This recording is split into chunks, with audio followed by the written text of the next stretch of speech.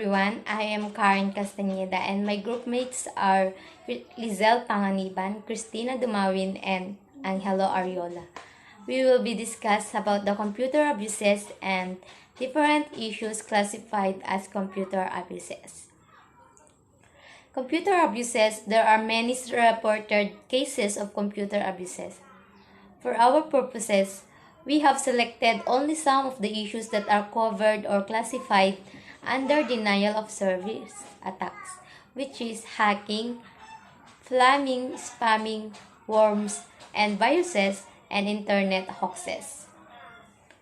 Ethics deals with placing a value on acts according to whether they are good or bad. Ethics involves standards, values, morals, principles, and the like which are used as basis for one's decision or actions. Often there is no clear good or bad action. Every society has its rules about whether certain acts are ethical or not. These rules have been established as a result of consensus in society and are often written into laws. Hence, it is not surprising that an act that is considered ethical in one society is considered unethical in another. Alam ko naman na lahat tayo is alam na what does mean about ethics. Kasi na-discuss na ito ng unang grupo. So next, when computers first began to be abused, there were no ethical standards relevant to it. However, as the use of computers became widespread, computer ethics became a concern. As mentioned in earlier module, computer ethics refers to the guiding precepts and norms that are adapted and applied to regulate and control the use of computers and its application. So, pumapasok dito yung pagiging unethical ng isang tao. Like for example is, ako ginagamit ko isang computer during working time na ginagamit ko yung computer pinag-shopping sa Shopee for my personal needs, which is wrong. It is an example of computer abuse. Next, today, most of the rules on the ethical use of computers have already been formulated as laws. Computer crimes and computer frauds, for example, are common terms nowadays and there are laws against them. In the Philippines, we have the e-commerce law that defines penalties for computer crimes, hacking, and computer fraud, among others. So when we say computer abuse, it is an individual or dishonest na paggamit sa isang computer or unauthorized manner. Computer abuses refers to a broad category of activities wherein a computer is used to improperly or illegally cause harm to somebody else or their property. When we say computer crime is an illegal act or pagbe-break ng mga patakaran sa paggamit ng isang computer. Let us now discuss the different issues classified as computer abuses. First is denial of service. A denial of service attack is characterized by an explicit attempt by attackers to prevent or bar legitimate users of computers from availing themselves of computer services. Examples of denial of services attacks are: number 1 is attempts to flood a network, thereby preventing legitimate network traffic. Second is attempt to disrupt connections between two machines, thereby preventing access to a service. Third, attempts to prevent a particular individual from accessing a service. Fourth, attempts to disrupt service to a specific system or person. When we say floods, attacks occur when the system receives too much traffic for the server to buffer, causing them to slow down and eventually stop. For example is, yung cellphone mo is full storage na. So kapag full storage ng isang cellphone, nagiging slow na yung paggamit ng mga apps. And may chance na naghahang yung isang cellphone kapag full storage. Next is denial of service attacks come in a variety of forms and aim at a variety of services. There are basic types of attack. First is consumption of scarce, limited, or non-renewable resources. Second is destruction or alteration of configuration information. And number 3, physical destruction or altercation of network components. Next. Consumption of scarce resources. Target network connectivity. The goal is to prevent hosts or network servers from communicating on the network. In this kind of attack, the attacker starts the process of connecting the victim's machine but does so in a way that prevents the connection from being complete. Meanwhile, the victim computer has set aside one of a finite number of data structures required to finish the pending connection. As a result, valid connections are rejected while the victim's machine waits for bogus half-open connections to complete. In bandwidth consumption, an intruder may also be able to consume all of the available bandwidth on your network by generating a large numbers of packets directed to your network. These packets are often ICMP echo packets, although they could be anything. Furthermore, the intruder does not have to operate from a single system to achieve the same effect. He may be able to coordinate or co-op numerous workstations on various networks. An intruder may consume other resources that your systems need in order to operate. For example, in many systems, a limited number of data structures are available to hold process information. By designing in simple application or script that does nothing but produce copies of itself, an attacker may be able to consume these data structures. Kotak capabilities are available in many current operating systems to protect against this problem, although they are not available in all operating systems. Furthermore, even if the process table is not completely full, a high number of processes may use the CPU, as well as time spent switching between them.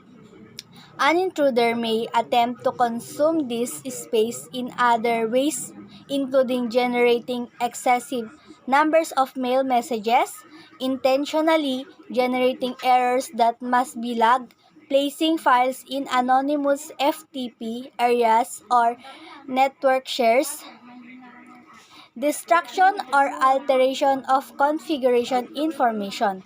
An improperly configured computer may not perform well or may not operate at all.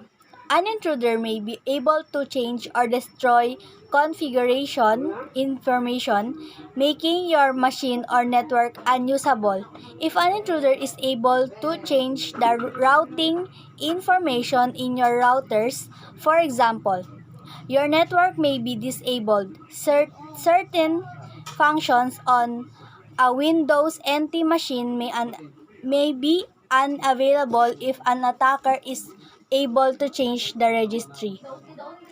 Physical destruction or altercation of network components, which considers an AIM attack. The primary concern in this type of attack is physical security. Unauthorized access to computers, routers, network writing closets, network backbone segments, power and cooling stations, and other vital network components should be avoided at all costs. Physical security is a critical component in defending against a variety of threats.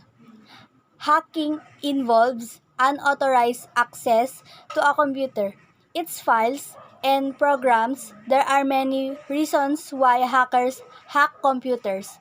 First is the theft of service. If a system offers some type of service and a hacker has a use for it, he or she will hack the system. For example, a hacker a hacker can hack into a system to use the CPU for free.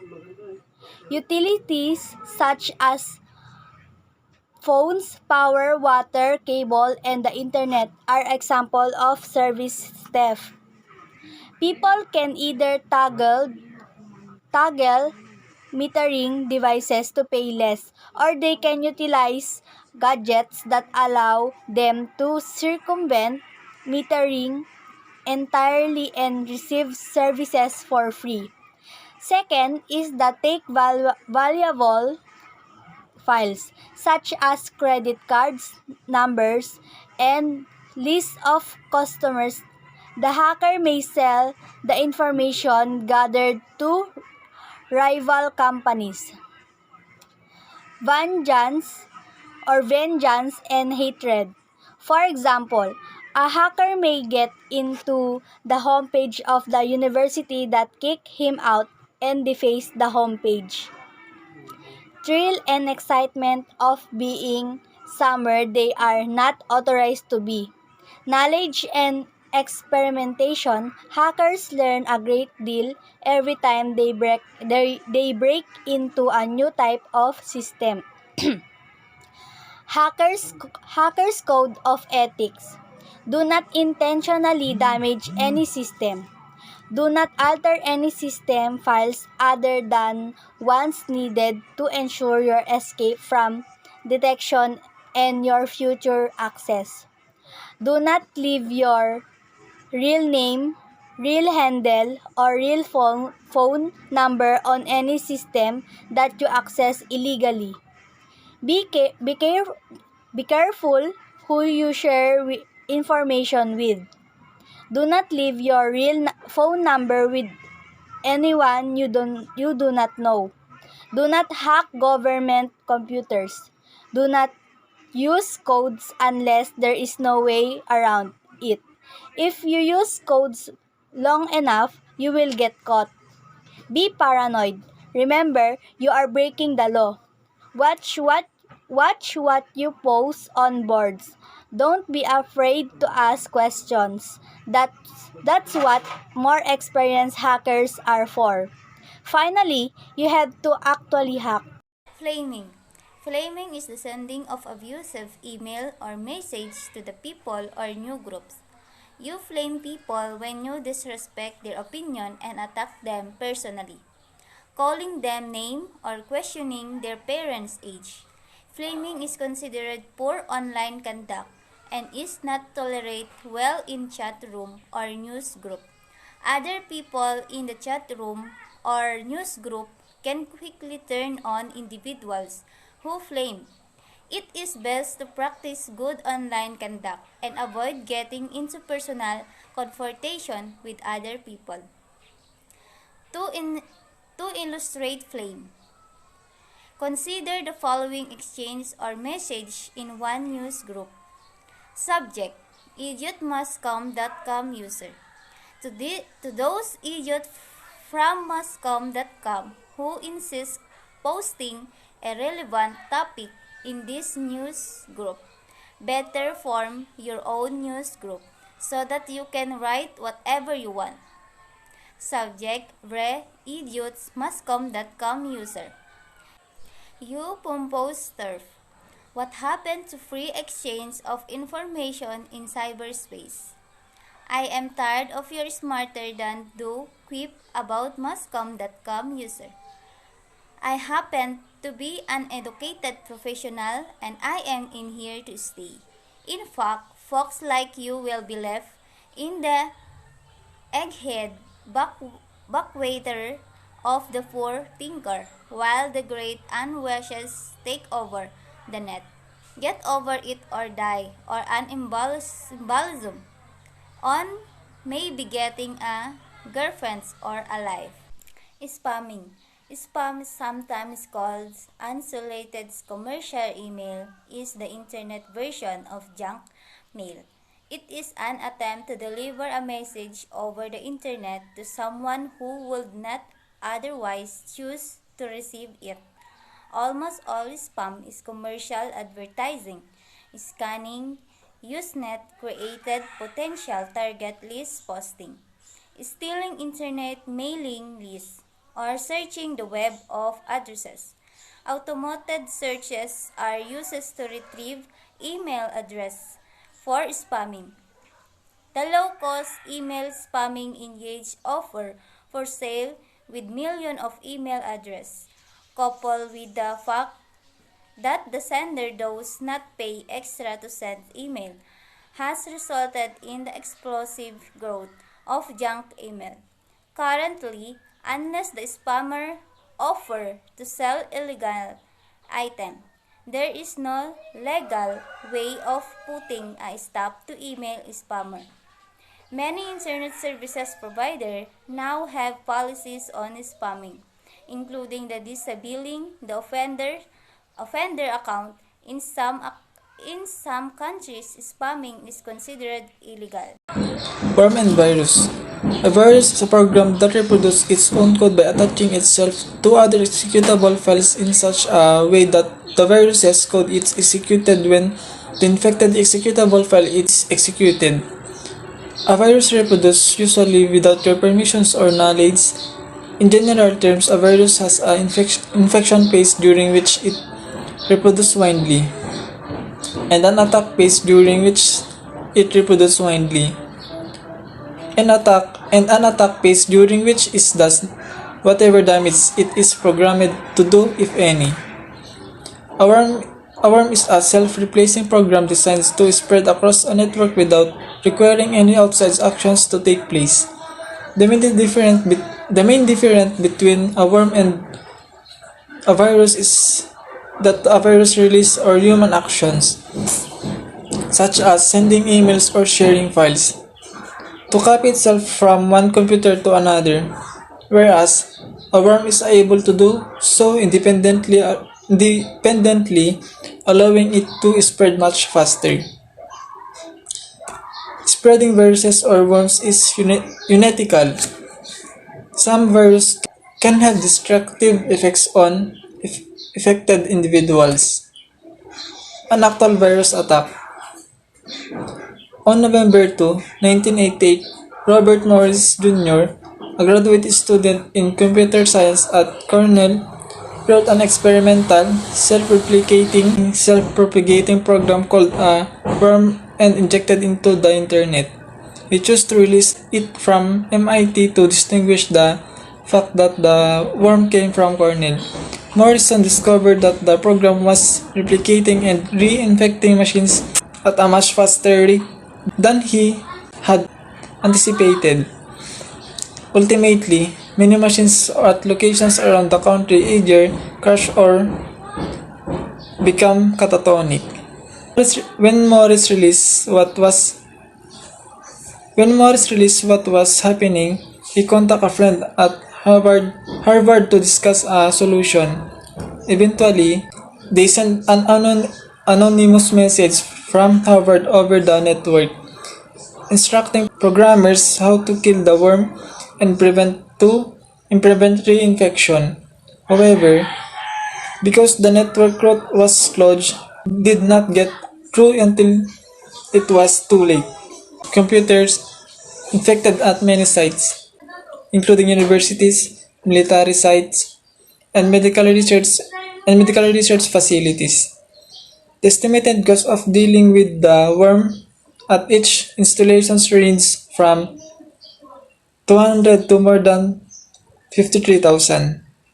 First, thousands of university and research computers were infected. Second, reports names the 23-year-old Cornell student as the author of a virus worm were not yet known. Third, Robert Morris' friends said no malice was intended. Fourth, the FBI upgraded the virus probe to a full criminal investigations. Fifth, the government considered subpoenaing Cornell. 6. The FBI began to consider a wide range of possible violations beyond the Computer Fraud and Abuse Act of 1986. 7. The Cornell Commissions found that Morris Worm was neither genius nor criminal. 8. Cornell said that an ethics study is needed in computing. 9. Morris was suspended from Cornell University. 10. Morris was indicted for the worm incident. 11. Morris pleaded innocent to the case.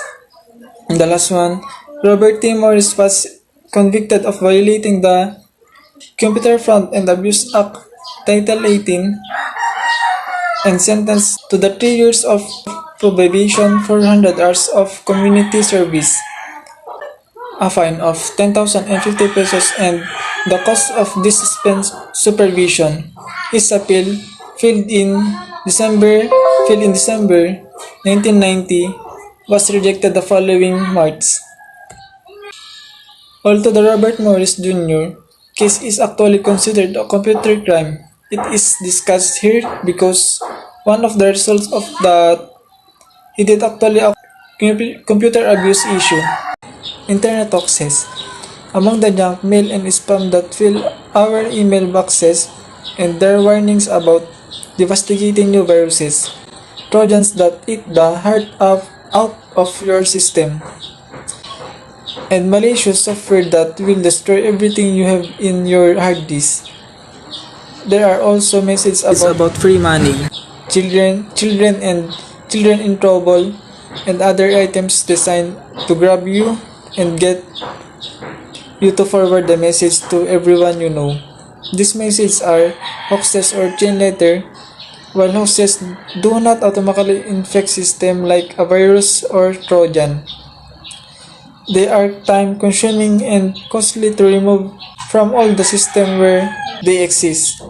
Below is an example of an internet hoax or scam.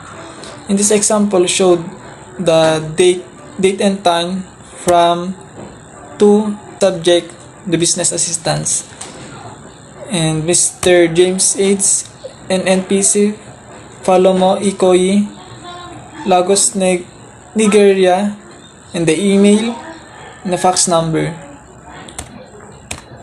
ATTN Albacay Ilyares A. Write you this letter which an pray shall be argumentally replied. I got your contact during my years of service in a foreign ministry.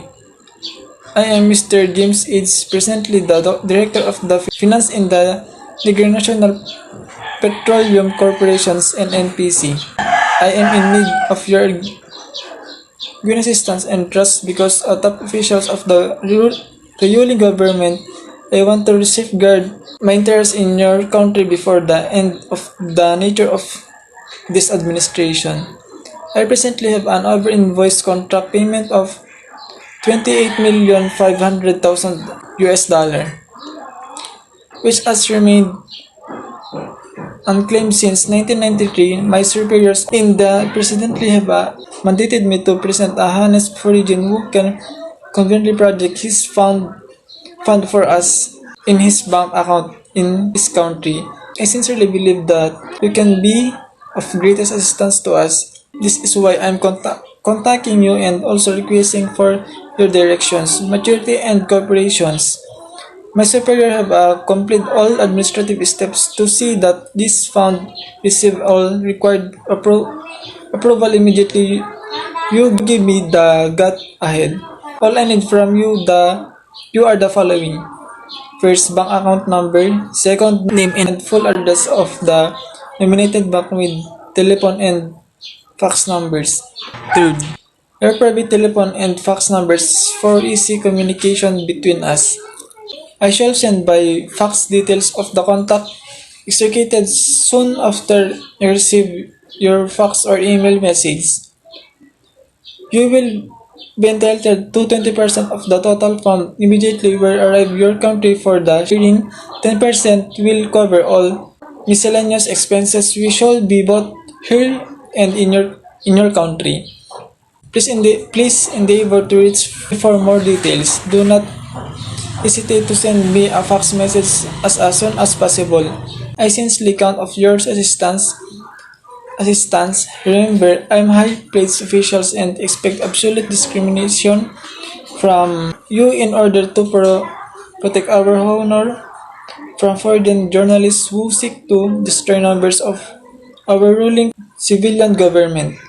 This transaction is it's free, so you need not entertain any fear at all. I expect your reply immediately. Best regards, Mr. James A's.